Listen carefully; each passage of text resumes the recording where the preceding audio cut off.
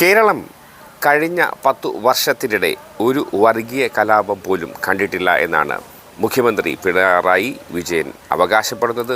അദ്ദേഹത്തിൻ്റെ അവകാശവാദത്തിലേക്ക് ഇവിടെയാണ് കേരളം വേറിട്ട് നിൽക്കുന്നത്. കേരളത്തെക്കുറിച്ച് ഒരുപാട് കാര്യങ്ങൾ ഇപ്പോൾ പറയാൻ ഞാൻ തയ്യാറാകുന്നില്ല. പക്ഷേ കേരളത്തിന്റെ വേറിട്ട് നിൽക്കൽ എല്ലാവർക്കും അറിയാലോ.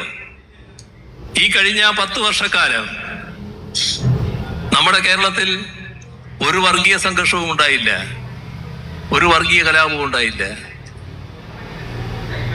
എന്തുകൊണ്ടാണ് അത് സംഭവിച്ചത്? കേരളത്തിൽ വർഗീയ ശക്തികളൊക്കെ ഇല്ലാതായോ?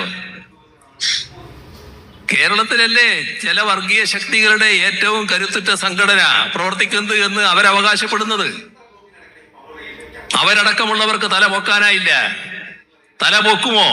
അപ്പോ കർക്കശമായ നടപടി നമ്മുടെ സംസ്ഥാനത്തുണ്ടായി. അതിന്റെ ഫലമാണ് ഇവിടെ ഏതെല്ലാം തരത്തിലുള്ള വർഗീയ അസ്വാസ്ഥ്യങ്ങൾ ഉണ്ടായിട്ടുണ്ട്, കലാപങ്ങൾ ഉണ്ടായിട്ടുണ്ട്, സംഘർഷങ്ങൾ ഉണ്ടായിട്ടുണ്ട്.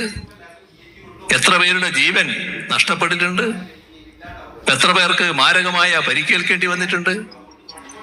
എത്രയോ വീടുകൾ, സ്ഥാപനങ്ങൾ, ആരാധനാലയങ്ങൾ എല്ലാം ആക്രമിക്കപ്പെടുകയും കവരുകയും ചെയ്ത അവസ്ഥയുണ്ടായിട്ടില്ലേ? അതെല്ലാം നടന്ന നാടല്ലേ നമ്മുടെ നാട്. ആ നാട്ടിലല്ലേ 10 വർഷക്കാലം ഒരു തരത്തിലുള്ള വർഗീയ അസ്വാസ്ഥ്യവും ഇല്ലാതെ നാട് കഴിയുന്നത്. അവിടെയാണ് സംസ്ഥാനത്തിന്റെ പ്രത്യേകത. അത് ശരിയായ ധാരണയുള്ള ഒരു മുന്നണി ഭരണ നേതൃത്വം വഹിക്കുന്നതുകൊണ്ടാണ്. LDF വർഗീയതയോട് വിട്ടുവീഴ്ചയില്ല, വർഗീയതയോട് വിട്ടുവീഴ്ചയില്ലാത്ത സമീപനം സ്വീകരിക്കുന്നു. ഒരു വർഗീയതയുമായി ചാരി നിൽക്കില്ല,